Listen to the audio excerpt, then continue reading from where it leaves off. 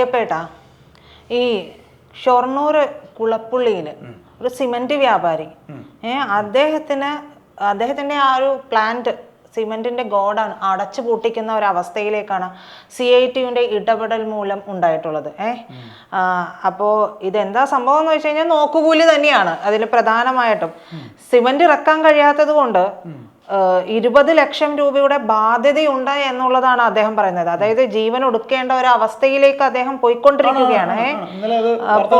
അതെ അതെ, അദ്ദേഹത്തിന്റെ പേര് ജയപ്രകാശ് എന്നാണ്. അപ്പൊ കട പൂട്ടിയാലും സാരമില്ല, സമരം തുടരുമെന്നാണ് CITയുടെ നിലപാട്. ഇതേ CIT ആണ് ആശാ വർക്കർമാരെ പുച്ഛിച്ചു തള്ളിയത്. അപ്പൊ ഒന്ന് ആലോചിച്ച് നോക്കൂ, കഴിഞ്ഞ 20 വർഷമായിട്ട് അദ്ദേഹം സിമന്റ് കച്ചവടം നടത്തി ജീവിച്ചുകൊണ്ടിരിക്കുകയാണ്. അപ്പൊ സിമന്റ് ഇറക്കാൻ വേണ്ടിയിട്ട് ഒരു യന്ത്രം സ്ഥാപിച്ചതോടുകൂടിയാണ് പ്രശ്നം തുടങ്ങുന്നത്. അപ്പൊ ഈ യന്ത്രം സ്ഥാപിച്ചപ്പോ CITU പറയുന്നത് അത് പ്രവർത്തിപ്പിക്കാൻ 5 പേരെ വെക്കണമെന്ന്. അദ്ദേഹത്തിന് ലാഭം ഉണ്ടാകാനാണല്ലോ, അത് നഷ്ടം വരുമ്പോൾ നമ്മൾ മറ്റൊരു വിദ്യയെ കുറിച്ച് ആലോചിക്കുന്നത്. അപ്പൊ അത്തരത്തിലൊരു സിമെന്റ് ഇറക്കാനായിട്ട് ഒരു യന്ത്രം സ്ഥാപിച്ചപ്പോഴേ അത് പ്രവർത്തിക്കാൻ 5 പേരെ വെക്കണമെന്ന്. കഴിഞ്ഞിടക്ക് നിർമ്മലാ സീതാരാമൻ പറഞ്ഞൊരു കാര്യം ചേട്ടന് ഓർമ്മയില്ല? രാജ്യസഭയില് നോക്കുകൂലി, നോക്കി നിന്നാലും കൂലി കൊടുക്കണം. ഈ ഒരു അവസ്ഥ കേരളത്തിൽ മാത്രമേ. അതെ, ആ നിർമ്മലാ സീതാരാമൻ എന്ന നമ്മുടെ മന്ത്രി പറഞ്ഞ ഒരു വാക്ക് ശ്രദ്ധിച്ചായിരുന്നു. അതിന് ഉദാഹരണം നല്ല രസകരമായ വളരെ രസകരമായിട്ടാണ് അവരത് പറഞ്ഞത്. വളരെ രസകരമായിട്ട് ക്ഷോഭിക്കാതെ വളരെ കൃത്യമായിട്ട് അവരത് പറഞ്ഞു എന്നുള്ളത് സിമ്പിൾ ഇംഗ്ലീഷില്. അപ്പൊ ഇതിപ്പോ നമ്മുടെ കേരളത്തിൽ ആദ്യമായിട്ടൊന്നുമില്ല. പ്രസ്ഥാനങ്ങൾ പൂട്ടിക്കുക എന്നുള്ളതാണ്. അതായത് പിണറായിയുമായിട്ടൊക്കെ നേരിട്ട് ബന്ധമുള്ളവരാണ്, അവരുടെ പിണിയാളുകളുമായിട്ട് ബന്ധമുള്ളവരാണെങ്കിൽ വലിയ തുകകൾ കൊടുക്കും. അതെ, പക്ഷെ എനിക്ക് മനസ്സിലാക്കാൻ കഴിയുന്നത് അദ്ദേഹത്തിന്, അതായത് ഈ ജയപ്രകാശ് അല്ലെ, 20 വർഷമായിട്ട് അദ്ദേഹത്തിന് ഈ പറയുന്ന ശശിയുമായിട്ടോ അവരായിട്ടൊന്നും യാതൊരു തരത്തിലുമുള്ള ബന്ധമില്ല, രാഷ്ട്രീയ ബന്ധമില്ല എന്നുള്ളതാണ്. അതല്ലെങ്കിൽ അദ്ദേഹത്തിന് ഈ ഒരു അവസ്ഥ വരുമെന്ന് തോന്നുന്നുണ്ടോ? ഉണ്ടാവില്ലല്ലോ. എന്താണ് ചേട്ടന് ഈ കാര്യത്തിൽ അഭിപ്രായം? പ്രജിത, ഇതില് എനിക്ക് പറയാനുള്ളത്, ഇപ്പം പ്രജിതയ്ക്ക് അനുഭവം ഉണ്ടോന്ന് അറിയില്ല, എനിക്ക് അനുഭവം ഉണ്ട്. ഞാനൊരു വീട് വെക്കാനായിട്ട് ഇറങ്ങുന്ന അവസരത്തിൽ ശരിക്കും തല്ലിന്റെ വക്കത്ത് വരെ പിന്നെ എത്തേണ്ട അവസ്ഥയുണ്ടായിട്ട് നമ്മളെ തല്ലും അവർ. കാര്യം ഞങ്ങൾ ഈ സാധനം നമുക്ക് നമ്മുടെ വീട്ടുമുറ്റത്ത് നമുക്ക് വാഹനം കൊണ്ട് കയറി നമുക്കിത് ഇറക്കാനുള്ള ഇതുണ്ട്, അങ്ങനെ ഒരു വ്യവസ്ഥയുണ്ട്. അതിനെ ഇത് സമ്മതിക്കാതെ അവർ തന്നെ ഇറക്കാം, അവർ ചോദിക്കുന്ന കൂലി കൊടുക്കാത്തതിൻ്റെ പേരിൽ എൻ്റെ സ്വന്തം അനുഭവത്തിൽ ഞാനിപ്പോൾ താമസിക്കുന്ന സ്ഥലത്ത് തിരുവനന്തപുരത്ത് ഉണ്ടായിട്ടുണ്ട്. ഇന്നും അവരുടെ ഒരു ചട്ടമ്പിത്തരമാണ് അവിടെ നടന്നുകൊണ്ടിരിക്കുന്നത്. അതിന് ഇങ്ങനെ ഇത് നമ്മളൊക്കെ സാധാരണക്കാരാണ്. ഇന്നിപ്പോൾ പാർട്ടിയിൽ പ്രായപരിധി മൂലം പുറത്താക്കപ്പെട്ട പഴയ മന്ത്രി AK ബാലൻ താമസിക്കുന്നത്, ഞാൻ താമസിക്കുന്നതിൻ്റെ കുറച്ചപ്പുറത്തായിരുന്നു. AK ബാലൻ മന്ത്രി, പഴയ മന്ത്രി, ഇപ്പോഴത്തെ പാർട്ടി അംഗം. ഈ AK ബാലൻ്റെ വീട്ടിലും സാധനം ഇറക്കാൻ ചെന്നപ്പോൾ യുവമാർ ഇതേപോലെ ചെന്നപ്പോൾ അവിടുത്തെ യൂണിയൻകാർ പാർട്ടിക്കാർ പറഞ്ഞ്, ഇതേ പാർട്ടിയുടെ സംസ്ഥാന കമ്മിറ്റി അംഗം AK ബാലൻ്റെ വീടാണ്, നിന്റെയൊക്കെ പോക്കെടുത്തിട്ടെങ്കിൽ ഏത് AK ബാലൻ, ഞങ്ങൾക്ക് തരാനുള്ളത് ഇങ്ങനെയാണ് പറഞ്ഞത്, ഞങ്ങൾക്ക് തരാനുള്ള ബാലൻ്റെ അടുത്ത് പറയും, ഏത് ബാലൻ നീ തരാൻ പറയാം, ഇങ്ങനെയാണ് പറഞ്ഞത്. ഇതൊരു പാർട്ടിയുടെ സംസ്ഥാന കമ്മിറ്റി അംഗത്തിന്റെ വീട്ടിൽ സാധനം ഇറക്കാൻ ചെന്ന CITക്കാരുടെ നിലപാടാണ് അത്. അങ്ങനെ ഉള്ളപ്പോ ഇവിടുത്തെ സാധാരണക്കാരന് എങ്ങനെയായിരിക്കും? ഇതിന് ശേഷം ഇങ്ങനെ പറഞ്ഞ് CITക്കാരെ നിയന്ത്രിക്കാനായിട്ട് അവിടുത്തെ ലോക്കൽ കമ്മിറ്റി സെക്രട്ടറിയെ അവിടുത്തെ ആൾക്കാർ വിളിച്ചു. അതെ മിസ്റ്റർ ഇന്നാരല്ലേ ലോക്കൽ കമ്മിറ്റി സെക്രട്ടറി, അതെ അവിടെ നിങ്ങളെ തന്നെ ഇവിടുത്തെ CITക്കാർ. അയാൾ ഉടനെ പറയുന്നത്, ഞാനിത് തലയെ കൈവച്ചോണ്ട് ഓടാൻ പോവുകയാണ്, എനിക്ക് അവരോടൊന്നും സംസാരിക്കാൻ യാതൊരു താല്പര്യം. അത്രയും കാര്യം എന്ന് വെച്ചാൽ അവർക്ക് നഷ്ടപ്പെടാനൊന്നുമില്ല. അവർക്ക് ഷോ കാണിച്ചായാലും തല്ലുകൂടിയായിരുന്നാലും അവർക്ക് നഷ്ടപ്പെടാനൊന്നുമില്ല. നമുക്കുള്ളത് അഭിമാനം മാത്രമാണ്. എത്രയാ വേണ്ടത് ചേട്ടാ?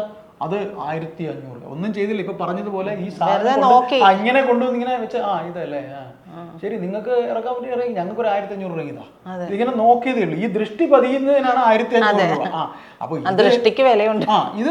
ഇതാണ് CITക്കാർ എന്ന് പറയുന്നത്. കാലങ്ങളായിട്ട് ഇവിടെ നടക്കുന്നതാണ്. അതിനിപ്പോ CPMന്റെ ഇപ്പൊ ഇളമരം കരീം കഴിഞ്ഞ ദിവസം ബക്കറ്റ് പിരിക്കുന്നവരെന്ന് പറഞ്ഞ് SUCIക്കാരെ കളിയാക്കിയില്ലേ, അതേപോലെയൊക്കെയുള്ള കുറേ നേതാക്കളാണ് ഇവരെ നിയന്ത്രിക്കുന്നത്. പണ്ട് പറഞ്ഞു കേട്ടിട്ടുള്ള ഒരു കാര്യം അറിയോ, നമ്മളെ വീടുകളിൽ കഴുകിയിട്ട് ഇതിനൊക്കെ സാധനം ഇറക്കാൻ വേണ്ടി വരും. നമ്മൾ കഴുകിയിട്ടിരിക്കുന്നത് നമ്മുടെ പുതിയതായാലും പഴയതായാലും അടിവസ്ത്രങ്ങൾ വരെ അടിച്ചുകൊണ്ട് പോകണവന്മാരാണ് ഈ പറയുന്ന CIT-കാർ. അത് പറയാതിരിക്കാൻ നിവൃത്തിയില്ല. അപ്പോൾ ഇത്രയേ ഉള്ളൂ. ഈ പറയുന്ന ഒരാൾ ജീവിക്കാൻ ജീവിതോപാധിയായിട്ട് 20 വർഷമായിട്ട് ഒരു സിമന്റ് കട നടത്തുന്നു. അയാൾ ഇപ്പൊ ആത്മഹത്യയുടെ വക്കിലേക്ക് എത്തിയിരിക്കുന്നു. അതിനിപ്പോ ഉത്തരം പറയേണ്ടത് സംസ്ഥാന സർക്കാരാണ്. ഇപ്പൊ മന്ത്രി ശിവൻകുട്ടി CIT-ന്റെ തിരുവനന്തപുരത്ത് ജില്ലാ നേതാവോ സംസ്ഥാന നേതാവോ എന്താണ്? ശിവൻകുട്ടിയൊക്കെ ഇതിന് മറുപടി പറയണം. മന്ത്രി ശിവൻകുട്ടി മറുപടി പറയണം. വേറെ ഇപ്പം വേറെയൊക്കെ ഉണ്ട്. വേറെ ഇവിടെ പല സമുന്നതരായ നേതാക്കളും ഉണ്ട്. ഇപ്പൊ ഞാൻ പറഞ്ഞില്ലേ, AK ബാലന്റെ വീട്ടിൽ സാധനം ഇറക്കിന് ഏത് ബാലൻ എന്ന് ചോദിച്ചാൽ ഇവിടുത്തെ ഈ ട്രേഡ് യൂണിയൻകാരന്മാരുടെ ഇടയിൽ സാധാരണക്കാരന് എങ്ങനെ സാധനം ഇറക്കും, സാധാരണക്കാരൻ എങ്ങനെ ജീവിക്കും? ഇപ്പൊ സിമന്റ് ഇറക്കിയതിന് അല്ലെ, സിമന്റ് ഇറക്കുന്നതിന് മെഷീൻ വെച്ചപ്പോ ആ മെഷീൻ പ്രവർത്തിപ്പിക്കാൻ ഞങ്ങൾ 5 പേരെ വെക്കണം എന്ന് പറഞ്ഞു അല്ലെ. ഏതായാലും CIT തൊഴിലാളികള് ഇങ്ങനെ എന്നിട്ട് ഈ നിർമ്മല സീതാരാമൻ രാജ്യസഭയിൽ ഇത്തരത്തിൽ സംസാരിച്ചപ്പോ CPI-യുടെ ഒരു നേതാവ് സന്തോഷ് അതിനെ നഖശികാന്തം എതിർത്ത് സംസാരിച്ചല്ലോ. സന്തോഷ് ഇതിനെ എതിർത്ത് സംസാരിച്ചല്ലോ. എന്തർത്ഥത്തിലാണ് സന്തോഷൊക്കെ സംസാരിക്കുന്നത്? ആദ്യം ഇവരൊക്കെ ചെയ്യേണ്ടത് ഇവരെയൊക്കെ ഒന്ന് അടക്കി നിർത്തിക്കണം അല്ലെ. അടക്കി നിർത്തിക്കാനാണ് പലർക്കും പലതും അറിയാത്തത്. ഏതായാലും ഒരു കമ്പനി ഇപ്പൊ നമ്മൾ ആന്തൂർ സാജന്റെ കാര്യം പറഞ്ഞു കഴിഞ്ഞാൽ, ആന്തൂർ സാജൻ ഒരു കമ്പനി നടത്താനായി അതിന്റെ ഒരു അനുമതി പത്രം തേടിയത് ഗോവിന്ദന്റെ ഭാര്യ അന്ന് അവിടെ അല്ലേ കണ്ണൂര്. അതായത് ഇവര് ഈ മാതിരി സ്വഭാവം കാണിക്കും. അതായത് മുകൾ തട്ടിലുള്ള ഇപ്പൊ നമുക്ക് മേളിലിരിക്കുന്ന ഒരാൾ കാണിക്കുന്ന ധാർഷ്ട്യം അത് നടക്കും. അപ്പൊ നമ്മൾ ആ ഒരു പ്രസ്ഥാനത്തിന്റെ ഭാഗമായിട്ട് ഏത് മൂലക്കാണെങ്കിലും ഒരു ഭാഗമായിട്ട്, ഇനിയിപ്പോ മുള്ളി ഇപ്പൊ തെറിച്ച ബന്ധമായാലും ആ ഒരു ഭാഗമായിട്ട് നമ്മൾ ഒരു സ്ഥലത്ത് ചെല്ലുമ്പോഴേ നമ്മൾ ഈ ധാർഷ്ട്യം അറിയാണ്ട് നമ്മൾ കാണിക്കും. അപ്പോ ഈ മുകളിലിരിക്കുന്നവൻ വളരെ കാംഫുള്ളാണ്, ഡയറക്റ്റ് ആയിട്ടുള്ള ഒരു പ്രവർത്തനം നടത്തുന്ന ഒരാളാണെങ്കിൽ ഈ പ്രശ്നങ്ങൾ വരില്ല. പക്ഷെ ഇൻഡയറക്ട്ലി കാണിച്ച് അങ്ങനെ, അതായത് ഇവര് ധാർഷ്ട്യമൊക്കെ കാണിച്ച് ഇങ്ങനെ ചെയ്യുന്ന ആൾക്കാരാണെങ്കിൽ ഇത് കണ്ടു പഠിക്കുന്നവരായിരിക്കും താഴേക്കിടയിലുള്ളവർ. അപ്പൊ അവരതേ കാണിക്കുള്ളൂ. അപ്പൊ ഇവർക്ക് നിയന്ത്രിക്കാൻ പറ്റൂല. സഖാവ് അന്ന് അങ്ങനെയല്ലേ കാണിച്ച, പിന്നെ ഞങ്ങൾ കാണിക്കുമ്പോ എന്താ സഖാവ് പ്രശ്നം? നിങ്ങൾക്ക് വേണ്ടി അടികൊള്ളാൻ ഇറങ്ങുന്നത് ഞങ്ങൾ, നിങ്ങൾക്ക് വേണ്ടി കൊടി പിടിക്കാൻ ഇറങ്ങുന്നത് ഞങ്ങൾ. അപ്പൊ പിന്നെ ഞങ്ങൾ കാണിച്ചാൽ എന്താ സഖാവെ പ്രശ്നം എന്ന് വെച്ച് കഴിഞ്ഞാൽ, ഈ സഖാക്കളുടെയൊക്കെ മുകളിലുള്ള സഖാക്കളുടെയൊക്കെ വായിൽ പിഴിവെട്ടും. അതാണ് സംഭവം. അതാണ് ചേട്ടൻ പറഞ്ഞതുപോലെ AK ബാലന്റെ വീട്ടിൽ പോയ സമയത്ത് സംഭവിച്ചത് അതാണ്. AK ബാലന്റെ വീട്ടിൽ ചെന്ന് ഏത് AK ബാലനെന്ന് ചോദിച്ചു. നാട്ടുകാർ അവിടുത്തെ LC സെക്രട്ടറി വിളിച്ചപ്പോൾ അയാൾ തലയെ കൈവച്ച് ഓടി. അയ്യോ എനിക്കിതിനൊന്നും ഇടപെടാൻ വയ്യേ. അത്ര കണ്ട് CPM എന്ന് പറയുന്ന പാർട്ടിക്ക് പോലും ഇവരെ നിയന്ത്രിക്കാൻ പറ്റാത്ത രീതിയിലേക്ക് പോയി.